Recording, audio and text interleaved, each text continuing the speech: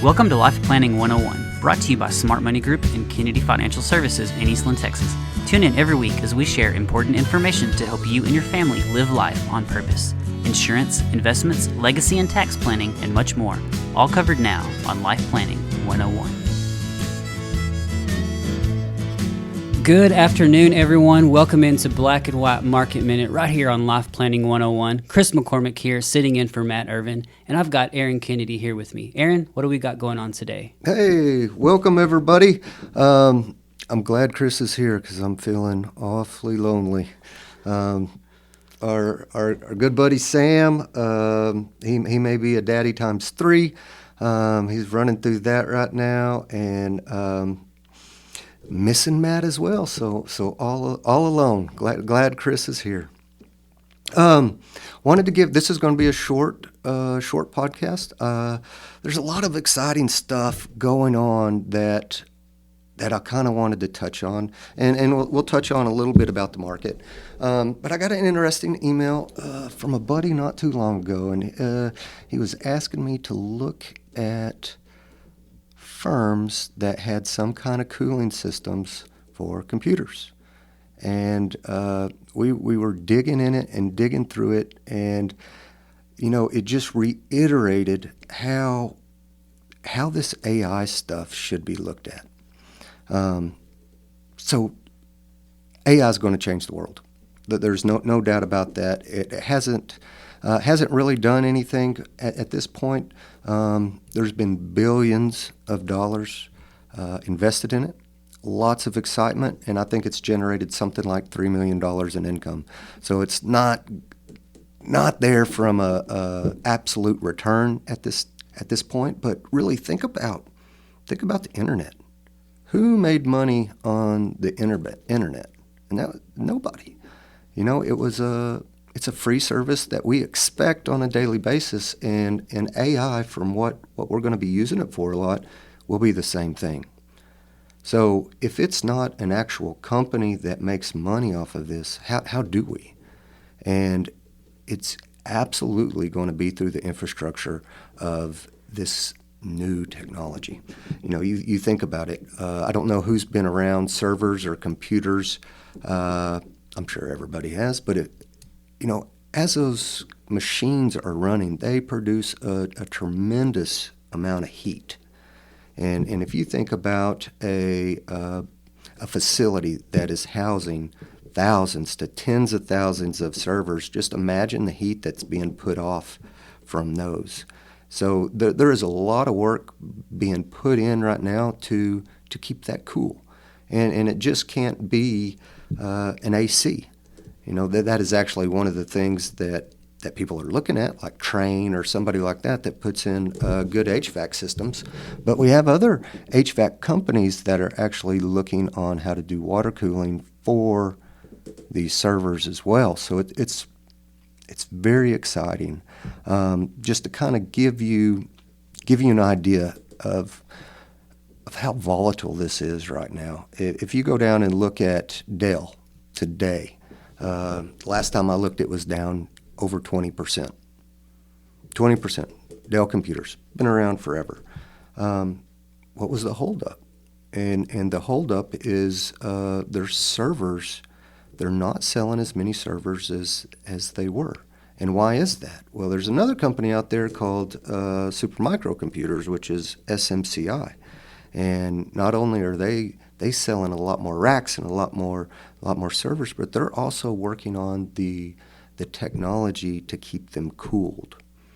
So this portion is going to be huge because, not only do we need to keep those cool, but the cooler you can keep those machines, the longer they work. So kind of give you an example, I heard this yesterday, and it's absolutely fascinating. But everybody knows the big transformers that are on the poles outside for electricity. Those things are designed to work for about 30 years. But some information is coming out right now that says, hey, with all these EVs, what exactly happens? Do we have enough electricity? That answer is no, but specifically for those transformers, what time do you charge your cars? Chris, when do you think people are charging? You know, All at the same time, probably at night. at night. So that's exactly right. So these transformers are designed to work like a dog all day long, and then once people go to sleep, electricity usage comes down, they cool down, and that gives them that super long useful life. Well, if everybody's charging their vehicles at night, those things never cool off. And the number that they're telling us that how long they're gonna last is unbelievable. It's 3 years. Wow. You're going from a 30-year life to a 3-year life. What in the world is going to go on? So not only do we not have electricity, but our infrastructure is in a lot worse shape than we thought. So just like these transformers, computer servers work exactly the same way. You know, we have to get them cooled off so they can last longer. So that's a big deal. But if we can step back just a little bit further of where else can we make money in the AI system, it's electricity. We need more electricity. We need more engineering companies that is going to work on how to make this run efficiently. So electricity, power, production is going to be huge. Software to get everything to talk to one another. You know, what about just real estate? You know, we need more facilities to hold these servers. So I think we mentioned this a little bit earlier, that, you know, same thing as when the gold rush happened. You know, people didn't make money selling mines out there. Some hustlers did, but the things that made money was Levi's, the picks, you know, the things that it took to get them out of the ground. And this is going to be the same way with AI. And we're exploring different ways to do that. You know, it's a little bit off the beaten path, but it's super exciting, and I'm having a lot of fun looking into that. Let's see, something else. You know, during this time right now, we're going to get back to the market after discussing AI a little bit. But looking at the market was finally down. NASDAQ was down a little bit this week. Yay. S&P and Dow were about flat. So not a lot of movement, and that is good because it's given us a little bit of a breather. Lots of things are in the news. I'm getting a lot of people calling just worried. You know, and I can't say I blame them. There's a lot going on in our country. There's a lot going on in the world. You know, even with I think Trump got the guilty verdict yesterday. So there's a lot of contention out there, and people are not getting along, and it's weighing heavily on their thoughts, their actions, and you know, we're all scared, and it's not just us. It's around the world. One of the easiest places to look at that is the Treasury auctions, and while they haven't been horrible, you know, Treasuries have been having a little bit of a hard time fulfilling all their sales, and you know, a lot of that has to do with the price of the U.S. dollar. The dollar is extremely strong right now. And if you think about it, if you were a finance minister in Germany or Japan or any of these other countries that buy U.S. Treasuries, yeah, we have a little bit of a yield advantage, but you're going to be paying up quite a bit just for the dollar. So this part's kind of a little bit confusing, but you know, if you're if you live in Germany and you want to buy a U.S. Treasury, it's not just something you go out and make an easy purchase. You got to take your euros, turn around and buy dollars, then turn around and buy the Treasuries. So if you're paying more for the Treasuries, or paying a lot more for the dollar, then it can harm your your yield. And we're really expecting here probably next month Europe to come out and start dropping rates. So we're definitely going to get more of a yield advantage, but we really need the U.S. dollar to come down. If the dollar comes down, we're probably going to see a lot more investment in the treasuries, and that should help the market out quite a bit, actually. And one thing that our economy and our country is addicted to is debt. We really can't get away with it, get away without having it any longer. So the Fed or the Treasury not being able to go out and sell their treasuries, it's a little bit concerning. But if the dollar can come down, that's going to help a lot with the liquidity of our country. We should be getting a lot more investment. So that is one thing that can really spur the market, and we're expecting that to happen. It's down a little bit, a little bit north of 2%, which doesn't sound like a whole lot, but in the currency market, that's a pretty big move, and hopefully it continues coming down. There's a lot of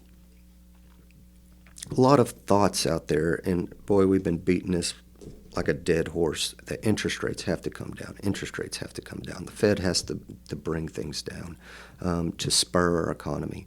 But there's other things that they can do that a lot of people not even going to pay attention to. And there's a lot more to it than just the Fed printing dollars or issuing more treasuries. We're starting to see some movements in the banks wanting to be able to lend out more money. So the easing or the quantitative easing, issuing of money, we're going to start seeing different ways that they can do it. Just for example, I was listening to somebody the other day, and they were specifically talking about the banks, and they're trying to do some rule changes out there that the banks have to account for the treasuries on their balance sheet when they're doing their loans. So if they have, if someone has $10 million in a treasury, then they're not going to be able to loan against that. And the banks are pretty much balking against that, and they want it to go away. And if that does happen, you just think about all the extra liquidity, all the extra money that the banks can lend out. That's going to be like COVID on crack. So everything that we're hearing in the media, don't get beat down by it. There is so much other stuff going on that can really spur our economy and our market other than just what the Fed does, and it's actively being looked at now, and it's probably pretty close around the corner. But all of that aside, this is a super exciting time to be investing. This is a super, super exciting time to be an American. Everybody keep their head up. Things are changing, and not all of them are bad. Most of them are going to be beneficial for you, your life, your kids, forever. So keep moving on, keep positive, and hopefully next time we get all of our team back and we can have a big conversation with everybody. Hope everybody has a great weekend, and God bless. All right. Hey, guys, if you have any questions, please feel free to reach out to us, and we'd love to chat with you. That's going to wrap up today's episode of Black and White Market Minute on Life Planning 101. Thank you for joining us for Life Planning 101, brought to you by Smart Money Group and Kennedy Financial Services. If you have questions, you can email them to lifeplanning@kennedy-financial.com. Be sure to tune in next week for more Life Planning 101. The opinions expressed herein are those of the firm and are subject to change without notice. The opinions referenced are as of the date of publication and are subject to change due to changes in the market or economic conditions and may not necessarily come to pass. Any opinions, projections, or forward-looking statements expressed herein are solely those of the author, may differ from the views or opinions expressed by other areas of the firm, and are only for general informational purposes as of the date indicated. Securities offered through Calton & Associates Incorporated, a registered investment advisor, member FINRA SIPC. Investment advisory services offered through Smart Money Group LLC. Kennedy Financial Services and Smart Money Group LLC are separate entities and are not owned or controlled by Calton & Associates Incorporated.